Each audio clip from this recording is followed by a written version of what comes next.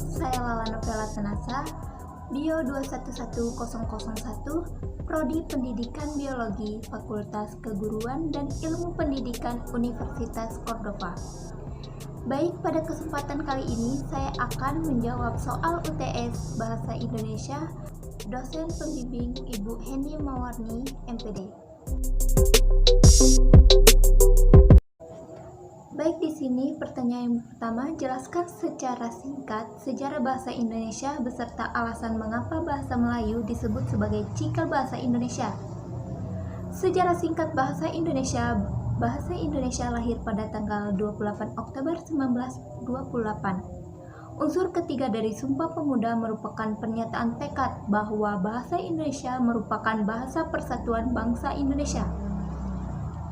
Pada tahun 1928, bahasa Indonesia dikukuhkan kedudukannya sebagai bahasa nasional.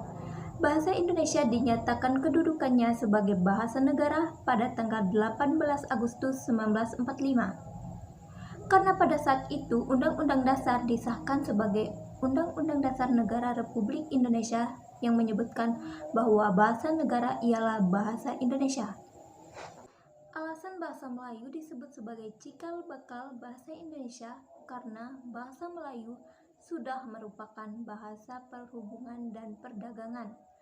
Sistem bahasa Melayu sederhana, mudah dipahami karena dalam bahasa Melayu tidak dikenal tingkatan bahasa suku Jawa, suku Sunda, dan suku lainnya. Sukarela menerima bahasa Indonesia sebagai bahasa nasional, mempunyai kesanggupan untuk dipakai sebagai bahasa kebudayaan dalam arti yang luas. Selanjutnya pertanyaan yang kedua, jelaskan menurut pendapat Anda apa yang dimaksud dengan bahasa dan karakteristiknya. Bahasa adalah alat untuk berinteraksi atau alat untuk berkomunikasi, dalam arti alat untuk menyampaikan pikiran, gagasan, dan konsep atau perasaan. Karakteristik bahasa. Ada yang pertama, arbitrer, berarti sewenang-wenang, berubah-ubah, tidak tetap. Bahasa bersifat arbitrer karena tidak adanya hubungan wajib antara lambang bahasa dengan konsep atau pengertian yang dimaksudkan oleh lambang tersebut. Sistematis yang berarti bahwa dalam bahasa Indonesia itu terdapat aturan dan kaidah, tersusun suatu pola dan tidak tersusun secara acak dan sembarangan. Unik artinya mempunyai ciri khas yang spesifik yang tidak dimiliki oleh bahasa lain. Setiap bahasa memiliki keunikan sendiri-sendiri. Ciri khas ini bisa menyangkut sistem pembentukan kata, kalimat, atau sistem lainnya. Produktif maksudnya adalah bahwa meskipun unsur-unsur bahasa itu terbatas, dengan unsur-unsur yang jumlahnya terbatas itu dapat dibuat satuan-satuan bahasa yang jumlahnya tidak terbatas.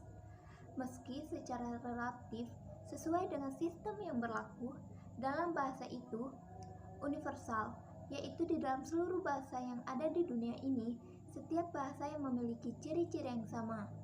Misalnya, dalam tataran ilmu bahasa terdapat ilmu fonologi, morfologi, sintaksis, dan semantik. Selanjutnya, pertanyaan yang ketiga, jelaskan secara singkat fungsi dan kedudukan bahasa Indonesia. Baik, fungsi dan kedudukan bahasa Indonesia berkedudukan sebagai bahasa nasional dan bahasa resmi negara kita.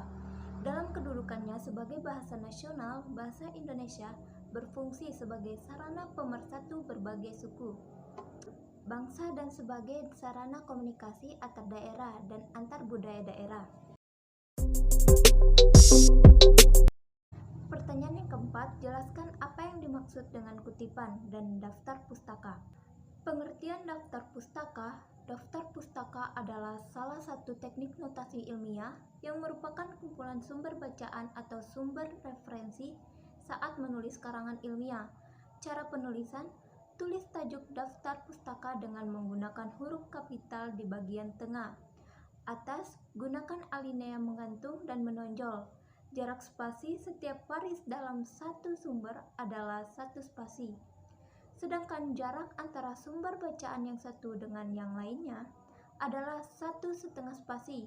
Urutkan susunan daftar pustaka berdasarkan urutan abjad nama belakang penulis. atau nama lembaga yang menerbitkan sumber bacaan gelar tidak dicantumkan. Bisa dilihat contohnya seperti yang saya tampilkan berikut ini. Selanjutnya pertanyaan yang kelima, jelaskan macam-macam ragam bahasa. Yang pertama, ragam lisan merupakan unsur dasar berupa alat ucap dengan fonem yang kemudian akan menghasilkan bahasa. Lalu yang kedua, ragam tulis, yaitu rangkaian huruf yang nantinya akan menghasilkan suatu bahasa.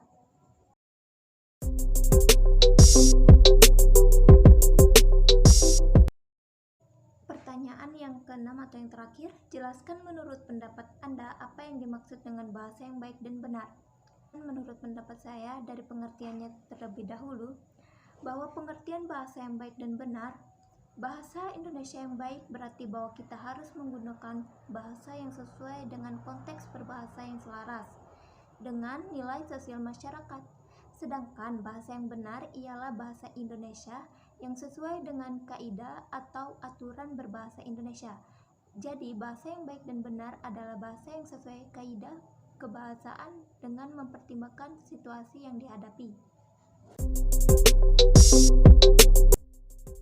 Baik, sekian yang bisa dapat saya sampaikan, saya jelaskan pada kesempatan kali ini. Semoga bisa bermanfaat bagi kita semua. Kurang lebihnya saya mohon maaf. Wabillahi taufiq wal hidayah. Wassalamualaikum warahmatullahi wabarakatuh.